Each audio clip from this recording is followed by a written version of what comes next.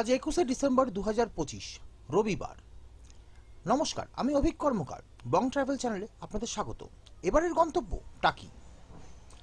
আমার বাড়ি গড়িয়াতে। গড়িয়া থেকে টাকির ডিস্টেন্স অ্যাবাউট 65 থেকে 70 কিলোমিটারের কাছাকাছি। আর এই টাকিতে ঘুরতে যাওয়ার সাইট সিন অনেক কিছুই আছে। আপনারা চাইলে টোটো ভাড়া করেও যেতে পারেন। আমরা সকালবেলা ভোর 4টে নাগাদ গাড়ি ছুটিয়ে বেরিয়ে পড়লাম টাকির উদ্দেশ্যে। টাকি যাওয়ার জন্য যে রাস্তা ধরে আমরা যাব সেটা হচ্ছে বাসন্তী হাইওয়ে। ঘটকপুকুর হয়ে টাকি পৌঁছতে হয়। শীতকাল, রাস্তাঘাট সম্পূর্ণভাবেই ফাঁকা। গান শুনতে শুনতে আমরা এগিয়ে চললাম সেই টাকির দিকে। সাথে মা বাবাকেও নিয়ে নিয়েছিলাম। আর মাঝখানে আমার ছেলে তখন ঘুমোচ্ছিলই। দেখতে দেখতে দিনের আলো ফুটে উঠল। আমরা একটা ছোট্ট কফি বিরতি নিলাম। ঘর থেকেই এনেছিলাম ফ্লাক্সে করে কফি। তো যাই হোক, আবার এগোতে থাকলাম। এগোতে এগোতে দেখা হয়ে গেল সূর্যি মামার সাথে।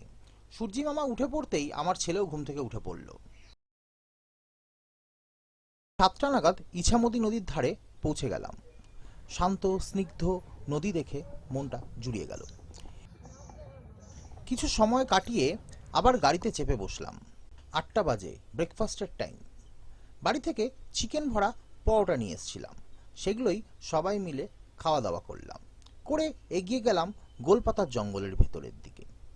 এই গোলপাতার জঙ্গল দেখে আমার ছেলে খুবই উচ্ছ্বাসিত হয়েছিল। প্রাতঃভ্রমণকারী কিছু লোক আমার ছেলেকে ভয় দেখিয়ে বলল, এই পাতার পেছনেই টাইগার লুকিয়ে থাকে। আমার ছেলে হঠাৎই উঠে পড়ল একটা ওয়াচ টাওয়ারের ওপরে। ওয়াচ টাওয়ারের ওপর থেকে গোলপাতার এই জঙ্গলটা দেখতে বেশ ভালোই লাগছিল। চলে এলাম বর্ডারের ধারে। ঝিরঝিরে সুন্দর হাওয়া দিচ্ছিল।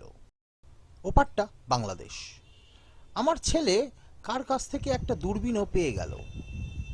আমরা সবাই দূরবীন দিয়ে ওপারটা উপভোগ করতে থাকলাম। আরও 4-5 কিলোমিটার গাড়ি চালিয়ে পৌঁছে গেলাম মালদ্বীপ রিসর্ট। এখানে প্রবেশ মূল্য 20 টাকা। আসলে এটা একটা পার্কের মতো কাম রিসর্ট। এই রিসর্টের নাম মালদ্বীপ হওয়ার কারণটা পরে দেখাচ্ছি। এই রিসর্টে এসে আমার ছেলে পাখি মাছ দেখে বেশ আনন্দই করলো। আমরাও বেশ সময় কাটাতে থাকলাম। তখন বাজে 10টা।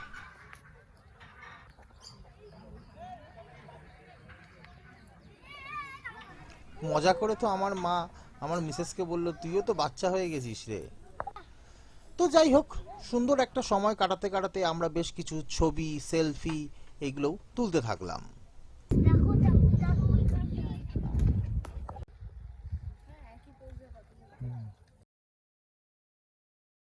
পিছনে ওই জলের ওপর রিসর্টগুলো, এগুলো মালদ্বীপে আছে। ঠিক ওটার অনুকরণেই তৈরি করা বলে এটা নাম মালদ্বীপ রিসর্ট। আর পাথর দিয়ে বানানো এই পাহাড়ের মতো জায়গাটা আসলে ফোয়ারা। রাত্রেবেলা সুন্দর লাগে দেখতে। তারপর 2-3 কিলোমিটার গাড়ি চালিয়ে পৌঁছে গেলাম শঙ্কর রায়চৌধুরীর বাড়িতে। এই বাড়িতে যাওয়ার যে রাস্তা, সেই রাস্তায় আপনারা যদি কোনো এসইউভি জাতীয় গাড়ি নিয়ে আসেন তাহলে কিন্তু অতি সাবধানে গাড়িটা চালাবেন, কারণ একটা পুকুর আছে, সেই পুকুরের ধারের সিমেন্টের রাস্তাটা অত্যন্ত সংকীর্ণ। সেখান থেকে বেরিয়ে আমরা চলে এলাম একটু দুপুরের ভুরি ভোজের জন্য। আমরা খাওয়া দাওয়া করলাম এই হোটেল সাথী নামের জায়গাটাতে। উল্টো দিকে নদীর সুন্দর হাওয়াও দিচ্ছিল। খাওয়া শেষে চলে এলাম জোড়া শিব মন্দিরের কাছে। এই জোড়া শিব মন্দিরের কাছে এসে দেখলাম যে সামনে অনেকটা ফাঁকা জায়গা আর পুকুর আছে। পুকুরের কাছে এসে আমার মাথায় ঢুকলো চান করব। যেমন ভাবা তেমন কাজ, আমিও চান করলাম এবং আমার ছেলেও চান করার বায়না। প্রচুর সালো তো ওকে ওই একটা স্টেপেই নামাও।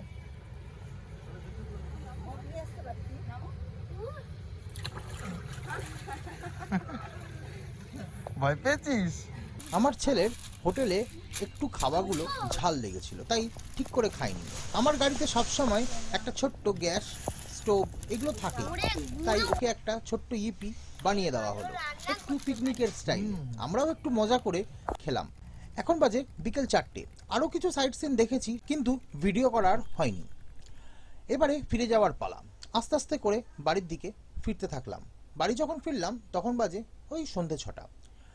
অনেক দিন পরে সকলের সাথে বেরিয়ে খুব সুন্দর লেগেছিল আমাদের এই একদিনের ছোট্ট একটা ডে আউটিং ট্রিপ। আমিও বলবো আপনারাও পারলে সময় সুযোগ করে পরিবারের সবার সাথে একসাথে ঘুরতে বেরোন। দেখা হবে আবার। ভিডিও দেখার জন্য ধন্যবাদ। জয় হিন্দ।